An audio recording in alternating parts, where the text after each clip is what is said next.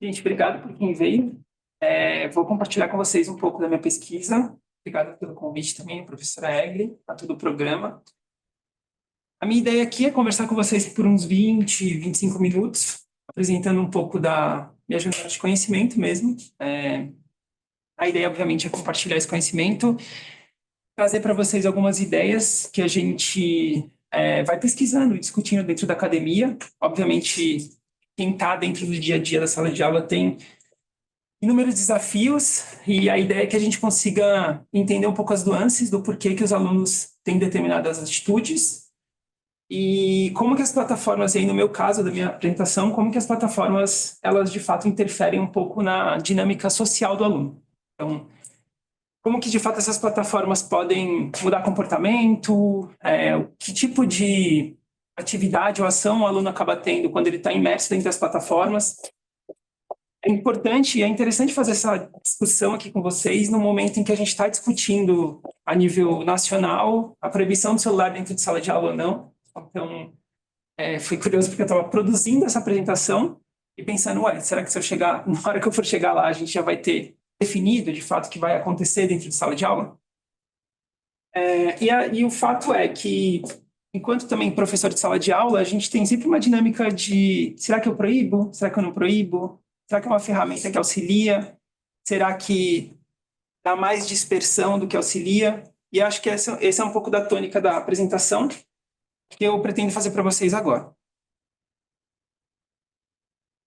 Então, vamos falar um pouquinho sobre esse jovem imerso nas plataformas, né? O que de fato, pensando numa jornada de pedagógica mesmo do aluno dentro de sala de aula, o que mudou, digamos, das últimas 2 décadas para cá, não só com o advento do celular, mas com a expansão da internet, com a capacidade do aluno ter muito mais conectividade, né, e ter uma internet, por vezes, em que permite ele acessar qualquer tipo de conteúdo dentro de sala de aula, e que isso mudou, de fato, na dinâmica do sujeito, do aluno como um todo.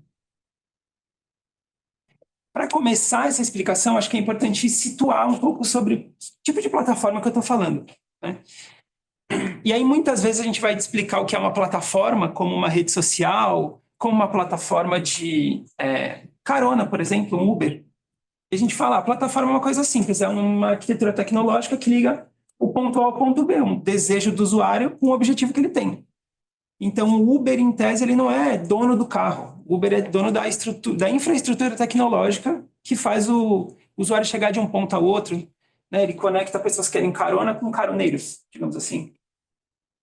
Então, muitas vezes a gente pensa que a plataforma ela é uma ponte, ela é como se fosse um viaduto ali que ajuda a gente a chegar de um ponto ao outro. Eu gosto de uma outra definição, que são definições dos autores, que colocam a plataforma mais ligada a uma plataforma de petróleo. Apesar de ela fazer a extração de algum item ali que vai ajudar a gente enquanto sociedade, e conectar de fato digamos assim, o poder público que precisa ou as empresas que precisam do petróleo, né, que vão ser transformados depois e vão ser aplicados para os sujeitos, como algo que tenha valor, ela também extrai valor dentro desse processo. E quando a gente fala de plataforma tecnológica, o que ele está, de fato, extraindo valor é a partir dos dados. Então, toda a plataforma, ela de fato usa o processo de extração de dados a partir do seu advento, da sua finalidade fim, do seu negócio em si, para ficar numa posição estratégica junto aos demais agentes daquela plataforma, sejam eles os usuários, sejam eles as empresas. Então, não é estranho vocês ouvirem falar, por exemplo, que uma plataforma, que um restaurante que está conectado ao iFood, 70% da receita dele é do iFood, porque ele faz muito delivery. Tem hoje modelos de negócios ligados apenas a delivery. Eles dependem única e exclusivamente de uma plataforma como a iFood, que tem mais de 90% do mercado. Então, eles estão numa posição muito estratégica e muito privilegiada frente a essas pessoas. Se o iFood simplesmente parar de ser uma plataforma, esse negócio, teoricamente, quebra. Então, eles têm realmente uma posição estratégica a partir da extração de dados. E voltando agora para o jovem, saindo um pouco de Uber, de iFood e tudo mais, pensando nesse jovem, como é que é a vivência desse jovem dentro de um universo de plataformas, né? Esse ambiente de plataformas, pelo que a gente estuda, é um ambiente que ele é super envelopado para o jovem. Ele é fofinho, ele tem os ícones gordinhos lá no seu celular, ele é em tese amigável, ele é intuitivo. Isso faz com que o jovem... Tem até essa passagem do filme Soul, né? Que a mulher fala sobre a história do peixinho que pergunta: Ah, eu queria conhecer o oceano. Aí o peixe mais velho fala: Ó, isso aqui é o oceano. Ela fala: Não, isso aqui é só água. Porque ele não tem completamente a dimensão da totalidade do quanto ele está inserido dentro das plataformas. Isso fica meio imerso para ele não consegue entender. Porque ele nasceu dentro dessa dinâmica. Então é comum a gente ver hoje crianças muito novas, elas vão na frente de uma TV que não é touchscreen e elas ficam tentando clicar na TV. Porque o hábito de consumo dessas pessoas mudaram. Elas realmente têm um hábito super imerso dentro de plataformas. Para situar, a gente tem muitas plataformas, né? A gente vai acabar sempre falando um pouco mais das 5 principais, que elas têm realmente um certo monopólio em nível global do volume de dados que a gente troca, que a gente produz, enfim. Mas a gente realmente tem plataforma para todas as instâncias sociais, né? Esse quadro aqui ele é até elucidativo, assim. A gente tem plataformas para fazer compras, para serviços, para buscas, para se comunicar.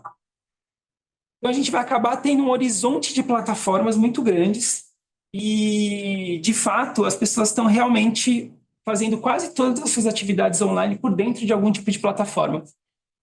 Se a gente pegar, por exemplo, os nossos celulares, a gente consegue ver essa, esse conjunto de plataformas, por exemplo, plataformas de redes sociais, plataformas de carona, de delivery. Hoje em dia, que é um grande problema, plataformas de apostas, plataformas de compartilhamento. Esse aqui é só um horizonte do tanto de plataformas que a gente consegue ter dentro de um circuito de plataformas, né? E aí, pensando em cenário Brasil, streamings, marketplaces, redes sociais, claro, plataformas de educação como o Duolingo. E aí a ideia aqui é realmente não tentar super demonizar as plataformas como um sentido de que, bom, de fato, se elas estão enquadrando o mundo social, eu acho que elas devem parar de existir. Eu acho que não é bem por aí, porque a gente também tem que levar em consideração a capacidade que ela tem realmente de facilitar algumas instâncias da nossa vida. A gente se comunica mais rápido, a gente tem uma comunicação um pouco mais eficiente, mais rápida hoje em dia. E, de fato, se a gente tirar essas plataformas do horizonte, a gente perde muitas capacidades, né?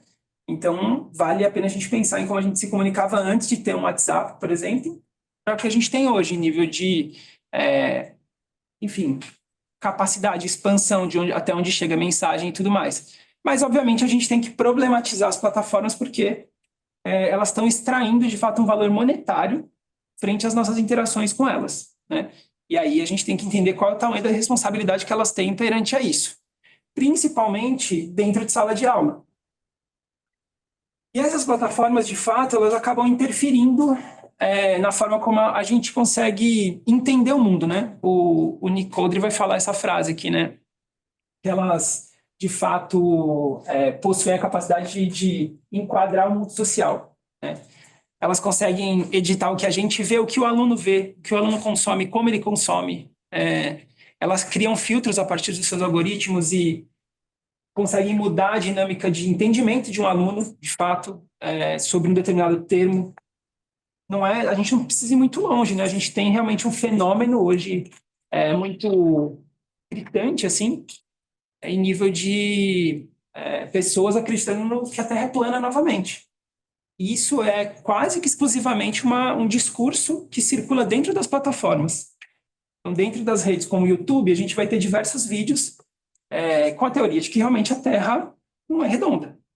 E aí, qual que é a responsabilidade de uma plataforma como o YouTube de estar disseminando essa informação, estar deixando essa informação circular, estar monetizando essa informação a partir dos views, né? Então, ela ganha dinheiro com a promoção dessa plataforma, vendendo anúncios dentro desses vídeos, entre outras coisas.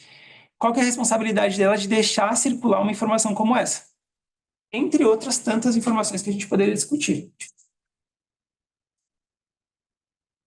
E aí, pensando um pouco nessa prática, né, do dia a dia, como que essas plataformas fazem parte do nosso dia a dia e como que elas interferem de fato, né?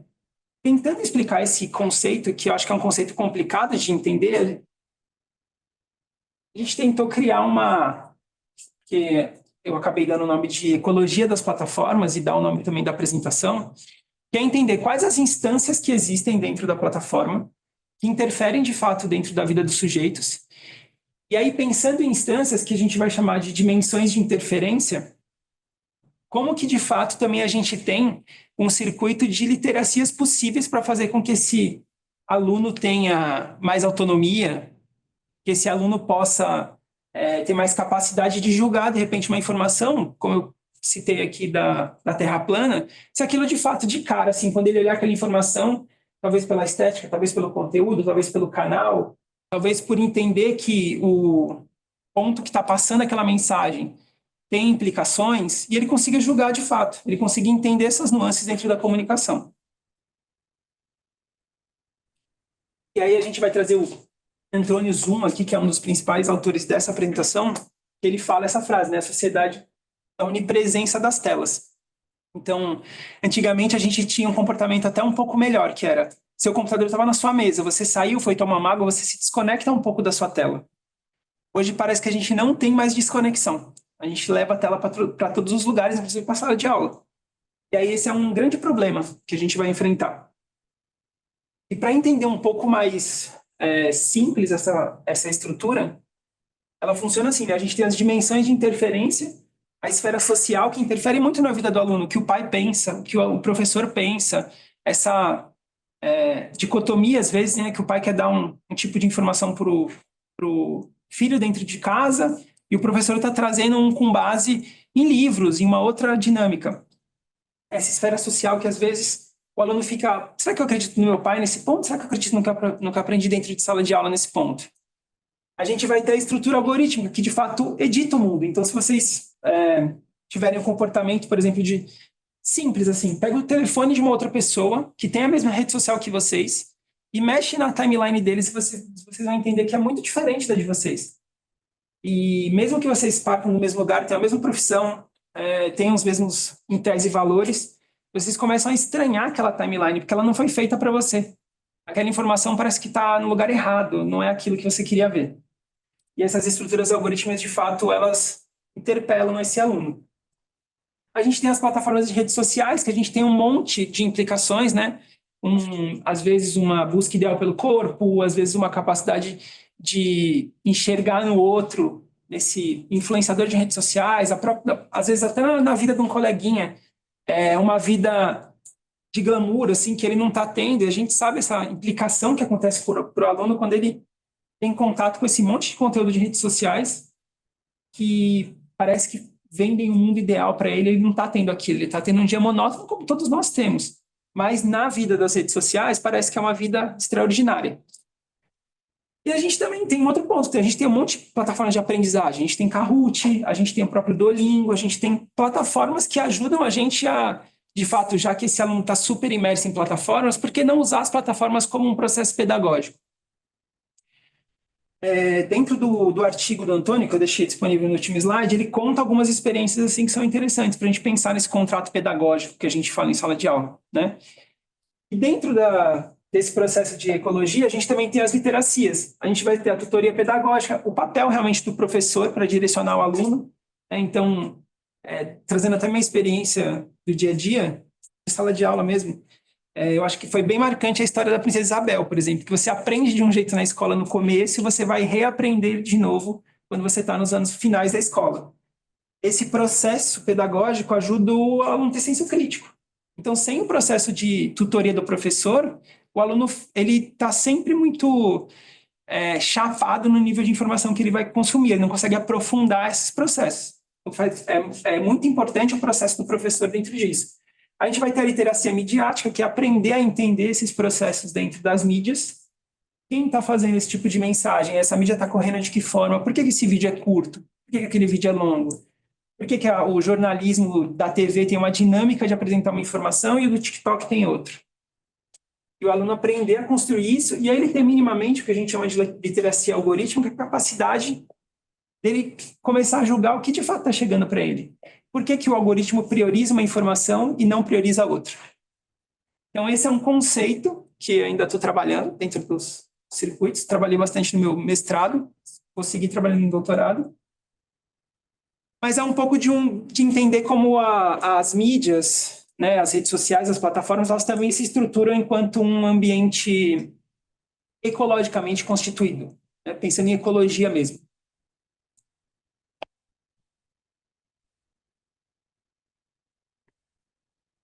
E aí falar um pouco sobre alguns aspectos para vocês pensarem quando vocês encontram, de repente, o aluno em sala de aula, como que ele está. Pensando no cotidiano, o aluno está sempre muito vinculado a um processo algorítmico.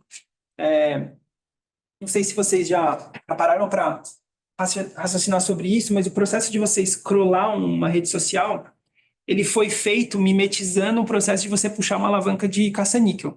Quando você puxa a tela para baixo, ela fica randomizando. É o mesmo processo quando você puxa um caça-níquel e fica mudando os números. De fato, esse sujeito imerso dentro das redes sociais, ele está viciado. E aí, qual que é a pior parte? No caça-níquel, você ainda contava com, em tese, a sorte, né? Mas dentro das redes sociais, ele está editando toda a informação que vem para você. Então, ele está sempre tentando trazer alguma informação que vai prender sua atenção. Esse é o objetivo do algoritmo, porque quanto mais tempo você passa dentro de uma plataforma, mais tempo ela monetiza o seu comportamento. Mais tempo ela tem capacidade de coletar dados, vender esses dados, entregar, às vezes, um view e uma propaganda que vai gerar para ela receita. Outro ponto muito importante é, já que a gente está tendo uma realidade super editada, o aluno realmente está numa bolha.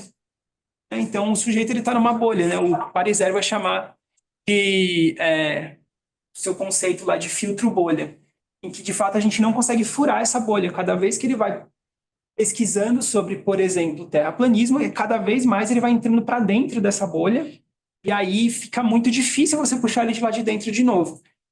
Então, o conceito de pensar em uma literacia algorítmica é minimamente para ele entender por que tanto vídeo de um determinado termo aparece para mim. Quem que está priorizando essa informação em detrimento a outros? Quando a gente fala que ele está, de fato, viciado, é porque as redes sociais também têm esse caráter de ser um super ambiente que produz dentro dos sujeitos a dopamina, né? Então, quando ele publica, imagina um aluno chegando, ele publicou uma foto dele na frente da sala.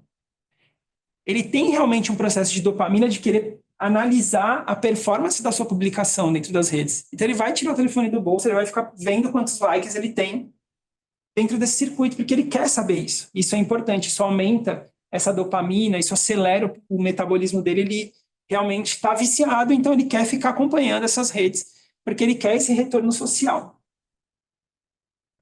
Essa sensação de que se ele está arrasando ou se ele não está arrasando, e o que isso acontece de fato na cabeça dele.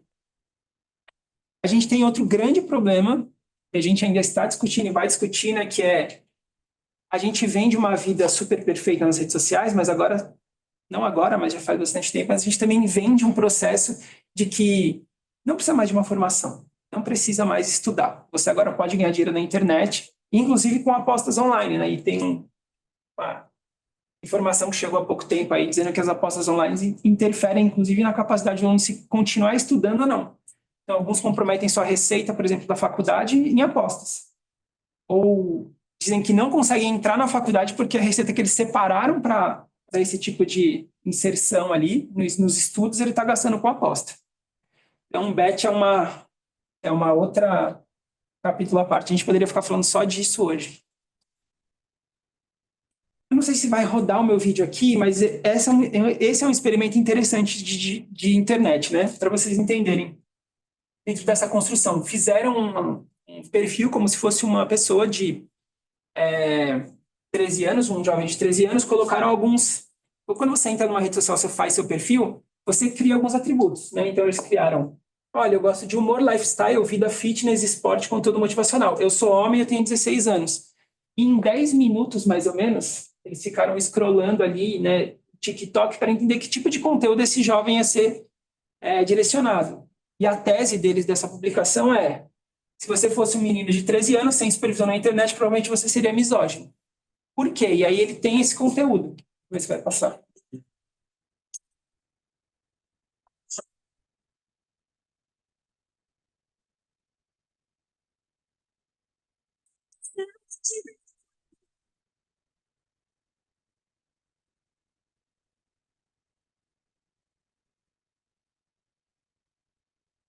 Ele não venceu.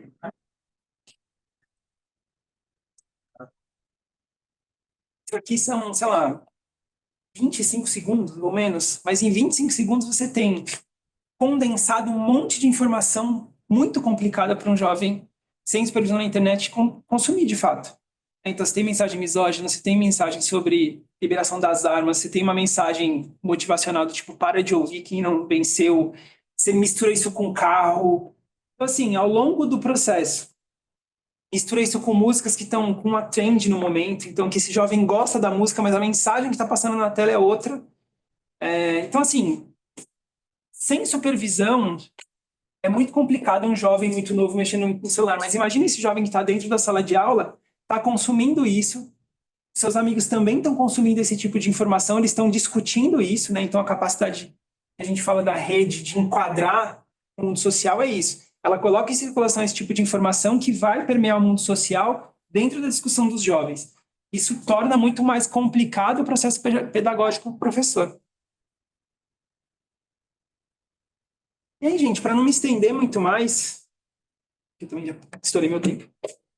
Então, a gente tem esse processo, a gente tem um processo complexo, o aluno está super inundado por imagens, por vídeos, ele tem uma dificuldade mesmo de entender esses processos. Infelizmente, esse tipo de mensagem, esse tipo de conteúdo que passa na internet é um processo que torna ele, é um processo quase gregário de você juntar as pessoas a partir desse tipo de discurso circulando. E você faz com que o jovem ele entre numa sala de aula viciado, ansioso, com dificuldade de atenção, com dificuldade de prestar um certo, enfim, de se engajar de fato na aula. Então, muitas vezes a gente tem nas plataformas, como eu falei lá atrás, plataformas pedagógicas que podem ajudar, que podem dar uma dinâmica melhor para a sala de aula, que podem trazer esse jovem que nasceu hiperconectado a ter uma conexão diferente com o conteúdo, mas você também tem um desafio muito grande que é a gente não tem um único dispositivo que tem plataformas de ensino. A gente tem um dispositivo que tem um mar aberto para ele usar qualquer tipo de coisa. E você deixar o jovem engajado dentro de uma dinâmica pedagógica dificulta muito a partir da entrada do celular dentro de sala de aula. O que a gente tem que pensar dentro disso, né? Como que vai ser essa discussão da proibição dos celulares dentro de sala de aula ou não? Dá para aproveitar eles para fins pedagógicos? Como? Como que a gente faz isso? Qual é o acordo tácito que vai ter com o aluno dentro de um contrato pedagógico? A gente pode coibir o uso, é legal. Eu acho quase complicado como falar, será que essa lei vai pegar? Vamos supor que a lei passe. Essa lei vai pegar? O aluno vai realmente... A gente tem hoje, assim, inúmeros casos de professores que tem casos que levam quase à agressão com o aluno. Como que o professor vai ter essa dinâmica, esse poder dentro de sala de aula para proibir de fato um celular? Essa lei de fato vai ser aplicada? Como? Quais vão ser as instâncias que vão definir que essa lei de fato vai conseguir ser aplicada?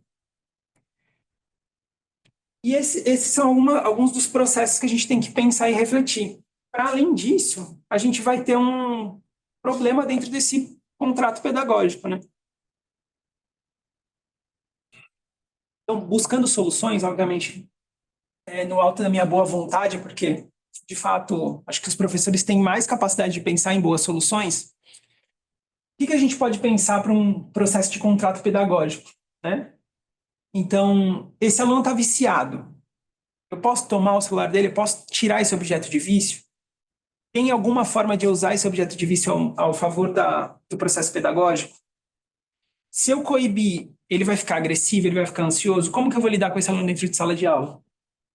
Então, são questões que a escola tem que pensar no coletivo, né? Já que essa realidade do aluno é editada, e ele já vem com algumas verdades absolutas para a sala de aula, muitas vezes o professor vai ter que ter uma dinâmica de discussão mesmo para desarmar esse aluno, né? Para tentar. Muitas vezes a gente tem dentro de sala de aula o desafio de desmentir um influenciador digital que falou alguma coisa que não lida com a verdade. Como que o professor vai fazer isso? Acho que também tem uma questão importante do professor tentar administrar as relações, né? A gente tem um grande problema de bullying dentro das salas de aula a partir desses aplicativos, desses dispositivos dentro de sala. Como que a gente consegue trazer um horizonte para o aluno para que ele possa, de fato, conseguir uma relação mais fraterna com o professor, com os colegas, entender também um pouco da responsabilidade dos seus atos, né? A gente teve agora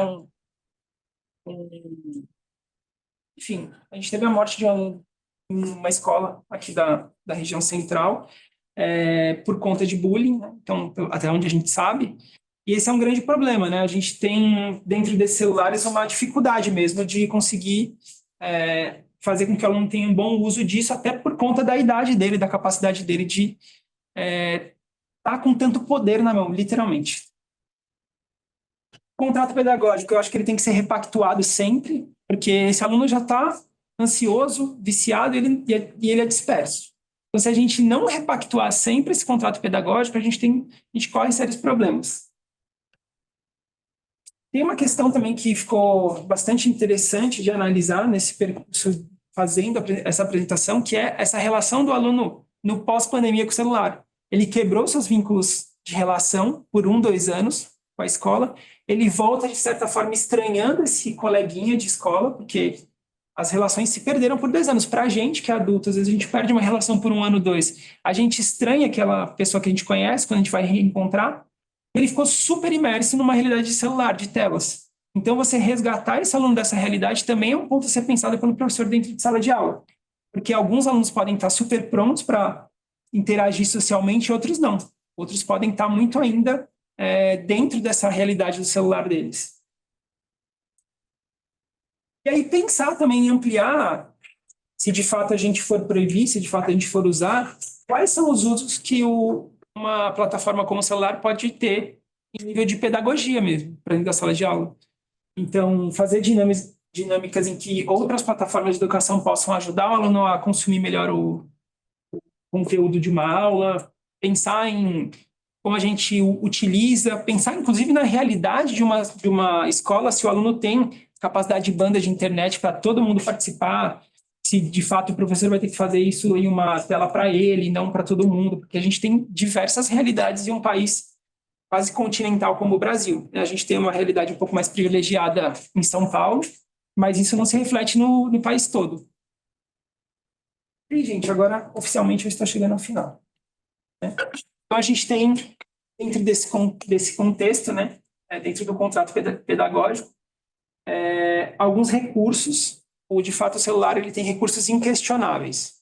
Ele aumenta a nossa capacidade de tornar as relações mais dinâmicas.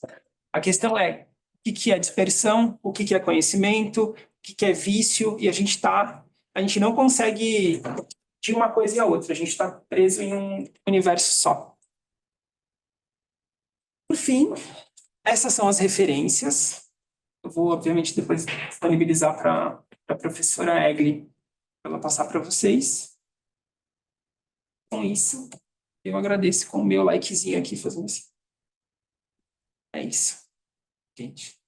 Obrigada.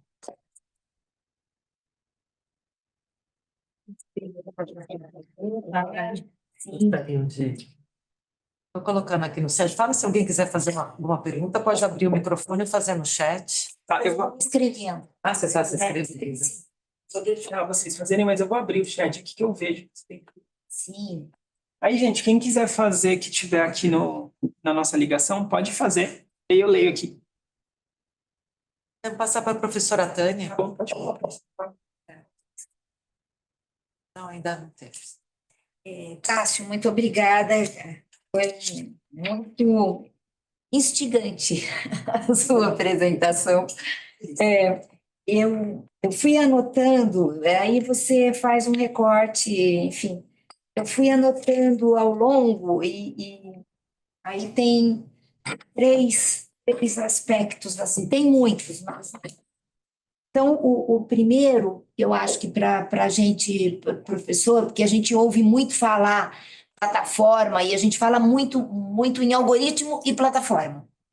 E, enfim, na medida do que você puder, assim, a plataforma, e eu tenho, às vezes, dificuldade, sabe, de entender isso, por isso estou te fazendo essa pergunta. A plataforma, eu poderia entender como esse lugar que concentra as empresas. Aí você pode dizer que eu estou errada e me explicar, talvez que você puder. E o algoritmo, sabe, para a gente ter bem claro, porque quando a gente faz essa estrutura, e o algoritmo é aquele elemento que nesse conglomerado de empresas e de negócios agiliza ali e ainda constrói o perfil. Não sei se eu poderia pensar assim. É que em comunicação a gente faz a plataforma, mas toda vez eu falo, bom, se eu estou entendendo mesmo isso direitinho. Só para você abordou, você até deu definição, mas se você puder voltar e trazer algum exemplo. Aí a outra coisa é sobre a dopamina. Não sei se você tem alguma referência assim para a gente achar mais diretamente. Eu tenho lido alguma coisa de psicanalistas e eles têm feito muitas propostas para as pessoas que eles atendem, enfim, há algumas informações de pedir para diminuir as horas, mas isso é para adulto, né? Para quem está fazendo uma terapia, para diminuir as horas de internet, de redes sociais, dizendo melhor, e níveis de ansiedade, sabe, diminuem muito. Então, se você puder falar um pouco mais dessa dopamina, ou algum site, algum lugar que a gente pudesse entender esse mecanismo. Eu sei que ela está ligada ao estímulo, etc. E ligado à dopamina, outra coisa que também tem estudos bem interessantes, da questão da adição, do vício. E o quanto o vício está ligado àquilo, isso não é pedagógico, mas acho que pode interferir para professores, não sei se você tem alguma já referência, algo que possa dizer sobre isso, porque com a sua explanação, né, você consegue ligar muitas coisas. Aquilo que Freud chamou de neuroses atuais. O que eram as neuroses atuais? As neuroses de cada tempo. E lá no século XIX, ele encontrava certas neuroses que ele chamou de atuais. Não eram já do aparelho psíquico, mas elas eram criadas. E agora há estudos mostrando que como usamos esse tempo acelerado da rede, uma informação atrás da outra, mais estímulo que raciocínio, elas promovem, então, o vício de redes sociais pode ser muito provocado, né, daquilo que Freud chamou de neuroses atuais, ser uma neurose atual. Dessa adição, sabe, do jovem não conseguir. E dentro dessa história, o último ponto, para fechar, se você... antigamente, o pai, né, eu dava aula no Estado e na prefeitura. Eu tenho um bom tempo de aula nessas instâncias, né? E o que acontecia quando eu apresentava, principalmente para o colegial, certas teorias? O aluno dizia assim para mim, eu ouvi isso muitas vezes, professora, você está falando uma coisa que eu não acredito, porque eu aprendi em casa pelo meu pai, pela minha mãe, outra coisa, eu aprendo pela minha religião, outra coisa. Em quem que eu devo acreditar? Né? Então tinha ali todo... Muito bem, agora os alunos acreditam muito mais na internet que nos pais e que no professor. E esse é um dilema para a gente como professor, né? Justo. Tá, vou pegar pelo começo. Eu acho que de forma simples, assim, para entender diferenças entre plataformas, eu utilizo um conceito que eu acho que ajuda bastante, que tem plataformas de infraestrutura e plataformas setoriais. A plataforma setorial, ela é um Uber. O Uber ele trabalha num setor específico. A plataforma de rede social, ela é uma plataforma de infraestrutura, né? Então, você pode, por exemplo, pegar um Uber e o motorista te tratou mal, você vai provavelmente numa plataforma de rede social reclamar, marcar a marca. Por isso que ela é de infraestrutura, ela pega a infraestrutura da sociedade, né? isso dá para a gente dinamizar um pouco o entendimento de plataforma. Quando a gente vai falar de algoritmo, eu acho que é importante pensar que o algoritmo ele é realmente uma programação matemática e a diferença entre você criar, por exemplo, uma rede de sim e não, né, de lógicas de sim e não no digital, para você fazer, por exemplo, sabe quando vocês entram, aqui no próprio SPM, você entra lá, quero saber meu boleto. É uma lógica de sim e não. Você tem CPF? Não, então você sai fora. Você tem CPF? Sim. Ah, então qual que é a sua turma? Minha turma é mestrado. Você quer o boleto desse mês ou do mês que vem? Do mês que vem. É sempre uma lógica de sim e não, né? Uma arquitetura de sim e não. O algoritmo, ele é programado para ele mesmo se retroalimentar. Então muita gente fala, dá para mudar o algoritmo, dá para mudar dentro da especificidade do algoritmo. Você consegue abrir para ter noção de qual que é a tomada de decisão dele, porque você imputou naquela dinâmica matemática que ele poderia tomar decisões. A questão é, quem programa o algoritmo? Então, se a gente for pensar, por exemplo, eu tento dar sempre esse exemplo quando eu falo com os alunos. Imagina que você está numa dinâmica de busca de emprego e você vai ser para uma vaga de diretor de RH de uma grande empresa multinacional. Se o algoritmo levar em consideração o histórico de todos os diretores de RH, muito provavelmente ele já vai criar um viés. Por exemplo, 80% dos diretores de RH eram pessoas brancas. Então, tem dois candidatos, uma pessoa preta e uma pessoa branca. Um algoritmo vai tomar a decisão com base no histórico. Em tese, ele não toma uma decisão com ele tendo um viés, mas quem programa tem que ter consciência desse viés. Quem programa o algoritmo para tomar essa decisão, ele tem que saber que esse viés vai existir. Por quê? Porque a gente vive numa sociedade, foi construída com base no racismo, e não dá para simplesmente a gente programar esse algoritmo e falar, tá bom, vai ser desse jeito, porque a gente vai continuar replicando modelos que já estão pré-estabelecidos. Tá? E aí, para a infraestrutura, também existe um algoritmo. Então, por que que quando você entra no aplicativo do iFood, o restaurante está em primeiro e depois ele está em 30º? iFood também é infraestrutura. A iFood é setorial. Setorial.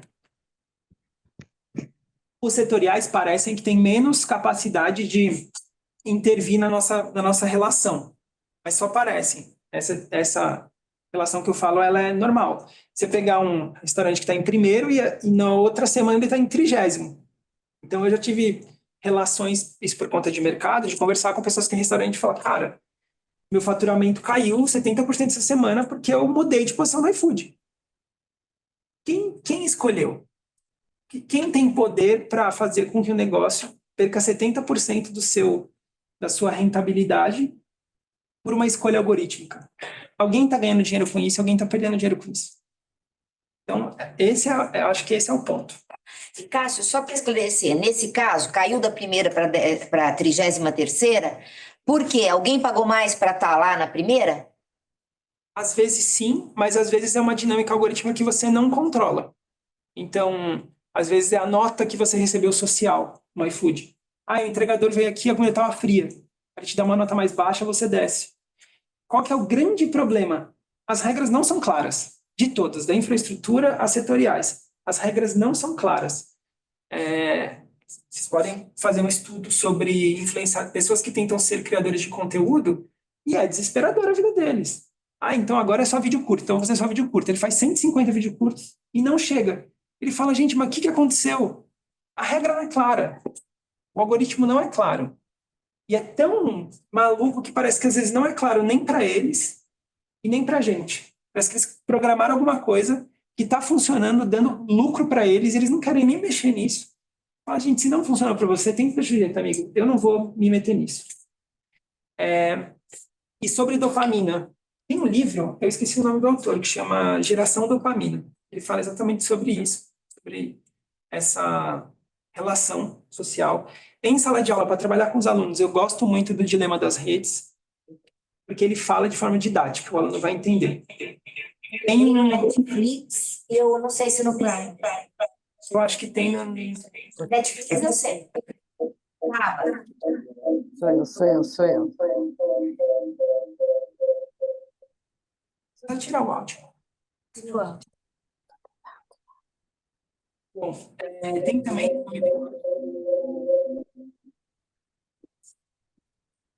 Black Mirror chamado Hang DJ. E aí ele mostra como funciona um algoritmo de relacionamento. Exatamente. Assim. Que mais? Perguntas. Tá. Eu já volto no Daí? slide, eu acho que falando para o final. Era só do vício, mas pode ir para as outras.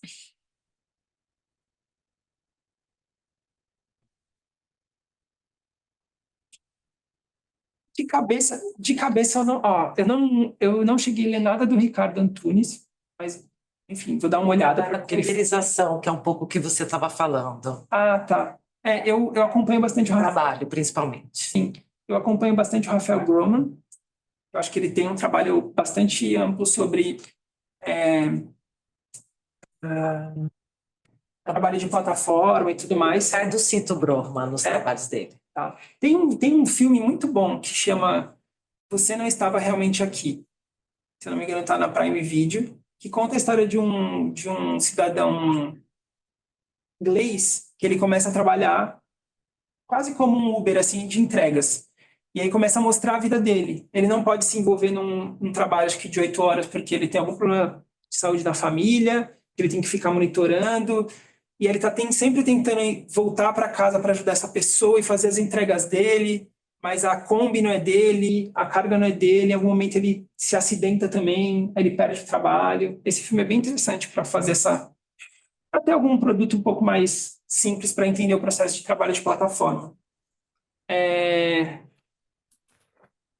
Processo de classificação de plataforma, quem faz isso, se eu não me engano, é o Nick Codry.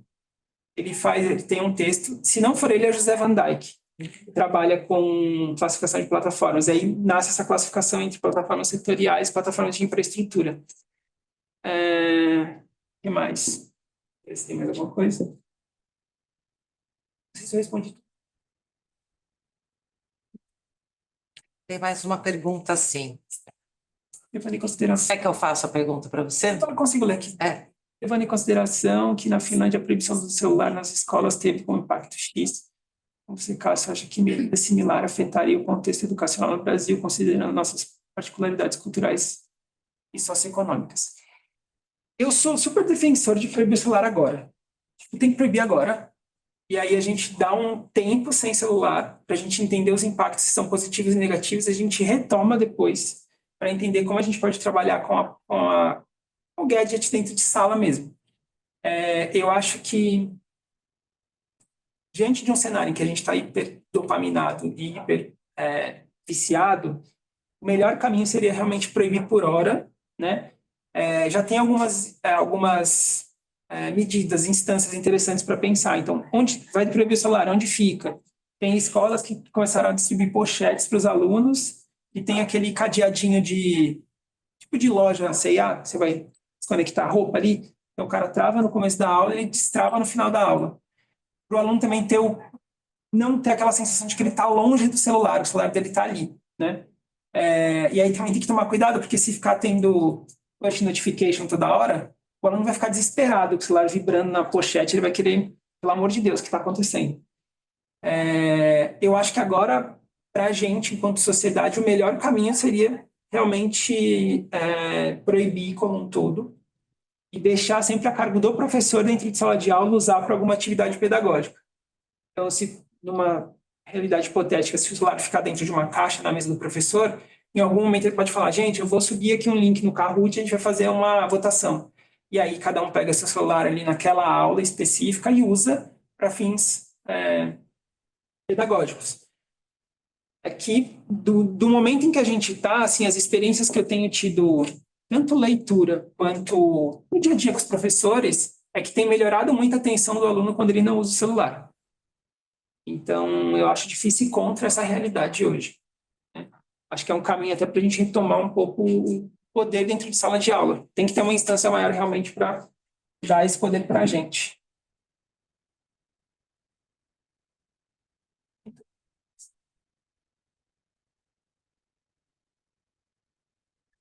Mais perguntas? Tem, acho que essa última da escola pública. Mas é algo nessa escola pública. Tem algumas atividades, tem algumas iniciativas interessantes, assim, tentar proibir. Mas, por exemplo, ó, minha esposa, ela dá aula em colégio particular. Lá, toda semana é uma discussão do tipo, tem que proibir o site de bet tal e o site de bet tal. Aí proíbe. Na semana que vem, os alunos arrumam outro. E assim, é pelo computador da escola. A escola disponibiliza computador. Então, talvez tenha algum sistema. Já deve ter algum sistema em que você limita o uso daquele gadget apenas para recursos pedagógicos, né? É curioso, né? A gente ter, por exemplo, o Google tão preocupado com o Classroom, que é uma baita infraestrutura de aula para você fazer um monte de coisa, eles nunca tiveram muito preocupados em limitar algum tipo de uso para as infraestruturas próprias do Google mesmo, porque é interessante que o aluno, enquanto está mexendo numa coisa, navegue no YouTube, que vai monetizar para o Google do mesmo jeito. Também é outro ponto a ser pensado, né? Quanto que essas corporações de dados estão realmente dispostas a ajudar nesse circuito de aprendizado do aluno, para que ele não fique nesse mar aberto se viciando. É isso.